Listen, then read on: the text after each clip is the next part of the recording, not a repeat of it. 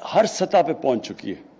اور اس کی وجہ یہ ہے کہ لوگوں کے اندر, ہمارے قوم کے اندر ایک یہ ہمارے دل میں یہ چیز بیٹھ گئی ہے کہ ہر مشکل وقت پہ چائنا ہمارے ساتھ کھڑا ہوگا.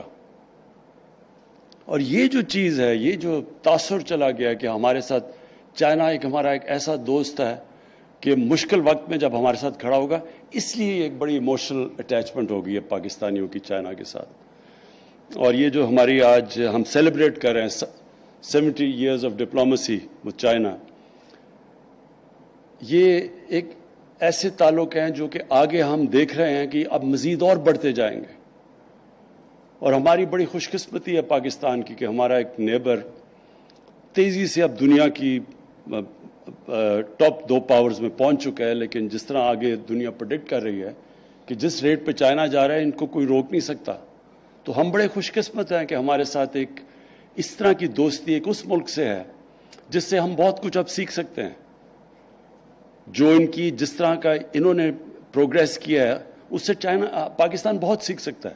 جس طرح ان کے شہر پھیلتے گئے اور بڑے ہوتے گئے اور انہوں نے پھر سنبھالا, پولوشن کنٹرول پہ اب یہ جو لگے ہوئے ہیں, اور ہمیں بھی یہی مسئلے آ رہے ہیں. اب ہمارے بھی اربن سینٹرز بڑی تیزی سے پھیلتے جا رہے ہیں. تو چائنا میں بھی یہ پرابلمس تھے, انہوں نے کیسے کوپ کیا, ہم ان سے زیادہ سیکھ سکتے ہیں بنسبت کے مغربی ممالک کی جو ڈیولپمنٹ ہے وہ مختلف ہے جو چائنا کی ہوئی ہے.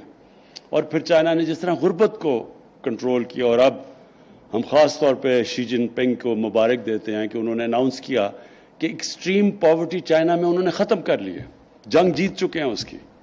اور یہ بڑی ایک پچھلے 35 سال کا ایک سفر ہے چائنا نے جو پلان کر کے لوگوں کو غربت سے اوپر لے کے آئے ہیں. اس سے پاکستان بہت سیکھ سکتا ہے. اور ہمیں جو ہماری گورنمنٹ کا تو سب سے بڑا ہے ہی یہ چیز کہ ہم نے لوگوں کو اپنی عوام کو غربت سے اوپر لے کے آنا ہے. تو یہاں چائنا ایک وہ ملک ہے جس کی کوئی مثال نہیں ہے, اور کوئی کسی دنیا میں مثال نہیں ملک میں جس نے اس طرح کو 70 کروڑ لوگوں کو 35 سال میں غربت سے اوپر لے کے آئے.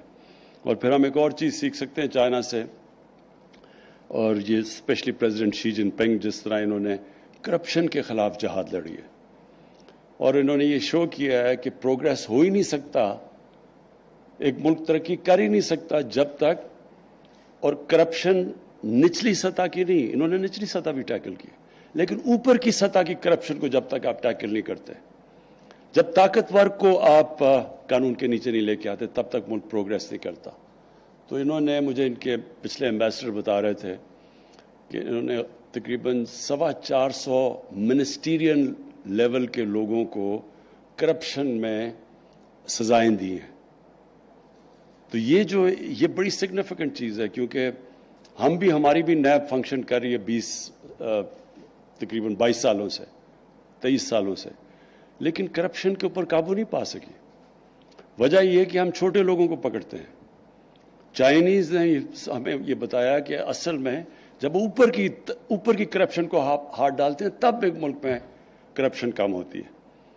تو ہمیں اس کے علاوہ جو چائنیز کے جس طرح کی ان کی ڈیولپمنٹ ہوئی ہے اس سے پاکستان کو بڑے لیسنز, اور ہم خوش قسمت ہیں کہ ہماری ان سے بڑے کلوز ٹائز ہیں. اور جو سی پیک ہے, جو BRI کا پریزیڈنٹ شی جن پنگ کا جو بیلٹ اینڈ روڈ انیشیٹو ہے, اس کا جو سب سے وہ اس کو سمجھتے ہیں کہ امپورٹنٹ پروجیکٹ ہے وہ سی پیک ہے.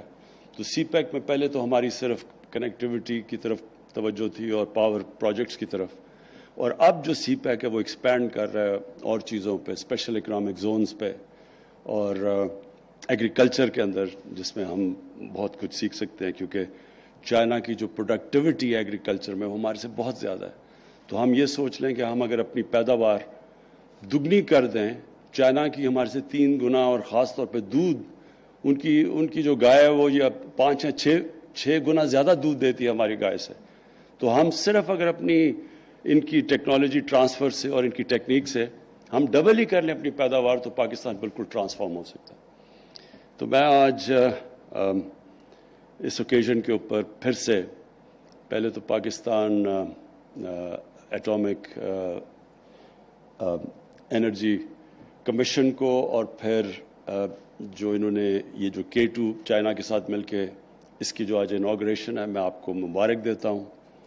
اور ہماری جو 30 سال خاص طور پہ اٹامک انرجی میں کوآپریشن ہے چائنا کے ساتھ، اس کو داد دیتا ہوں. اور آخر میں کہ جو ہمارا 70 سالہ ڈپلومیٹک ریلیشن شپ چائنا کے ساتھ شروع ہوئی ہے، اس سے وہ ایک بڑا اچھا خوش آئند دن ہے. ہم سیلیبریٹ کرتے ہیں اس کو آج، کیونکہ یہ آگے اور بھی زیادہ انشاءاللہ یہ ہماری کوآپریشن اور بھی بڑھتی جائے گی، اور اس سے دونوں ملکوں کو فائدہ ہوگا، اور ہم انشاءاللہ اپنی جو ڈیولپمنٹ ہے اس کو مزید تیز کر سکیں گے. شکریہ.